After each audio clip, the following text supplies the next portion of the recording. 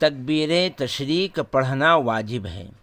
عرفہ کے دن سے ایک اور عمل شروع ہوتا ہے اور وہ تکبیر تشریق ہے۔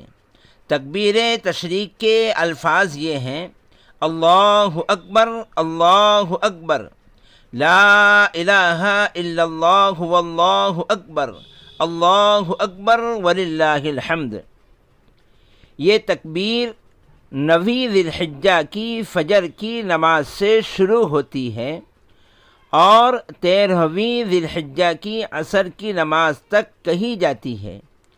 ہر فرض نماز کے بعد ایک مرتبہ تکبیر تشریق کہنا مرد عورت دونوں پر واجب ہے۔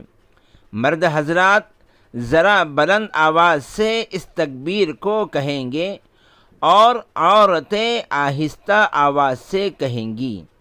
اگر کسی کی امام کے ساتھ کچھ رکعتیں چھوٹ گئی ہو تو وہ اپنی بقیہ نماز مکمل کرتے ہی فوراً اس تکبیر کو بلند آواز سے کہیں، کیونکہ مسبوق کے لیے بھی تکبیر تشریق کہنا واجب ہے۔